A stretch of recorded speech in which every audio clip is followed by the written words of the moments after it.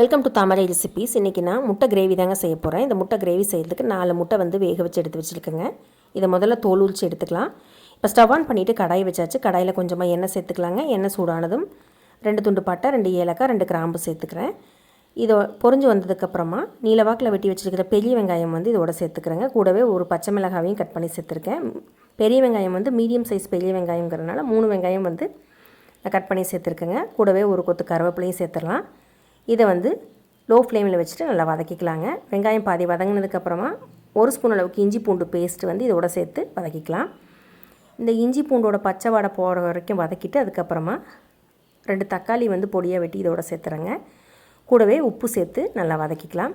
தக்காளி ஓரளவுக்கு நல்லா வதங்கி வந்ததுக்கப்புறமா நம்ம மசாலா வந்து ஒன்று ஒன்றா சேர்த்துக்கலாங்க. இப்போ தக்காளியை நல்லா வதக்கிக்கலாம்.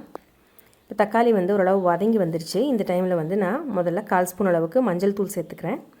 அதோட 1 ஸ்பூன் மல்லித்தூள் சேர்த்துருக்கேங்க.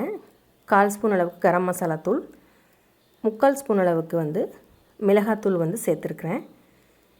காரத்துக்கு ஏற்ற அளவுக்கு நீங்கள் சேர்த்திக்கோங்க. இது வெறும் மிளகாத்தூள் தான். குழம்பு மிளகாத்தூள் இருந்தாலும் நீங்கள் சேர்த்துக்கலாம். இப்போ இது எல்லாத்தையும் நல்லா வதக்கி விட்டுறலாங்க. பச்சை வாடை போனதுக்கப்புறமா தேவைக்கு ஏற்ற அளவு தண்ணி சேர்த்துக்கலாம். தண்ணி வந்து சேர்த்ததுக்கப்புறமா இந்த குழம்பு வந்து நல்லா கொதிக்க விட்டுறலாங்க. குழம்பு கொதித்ததுக்கப்புறமா வந்து நம்ம முட்டை இதோடு சேர்த்துடலாம். நம்ம எவ்வளோ திக்காக வேணுமோ அந்தளவுக்கு நம்ம இந்த கிரேவியை கொதிக்க விட்டுறலாங்க. இந்த கிரேவி வந்து இட்லி தோசையோட, சாதம், சப்பாத்தியோட, பூரியோட சாப்பிட்றதுக்கு ரொம்பவுமே நல்லாயிருக்கும். நீங்களும் இது மாதிரி ட்ரை பண்ணி பாருங்கள். இப்போ நமக்கு கிரேவி ரெடி. இதை வந்து இன்னொரு பாத்திரத்துக்கு மாற்றிடலாம். மேலே வந்து கொஞ்சமாக கொத்தமல்லி இலையை வந்து தூவிடலாம்.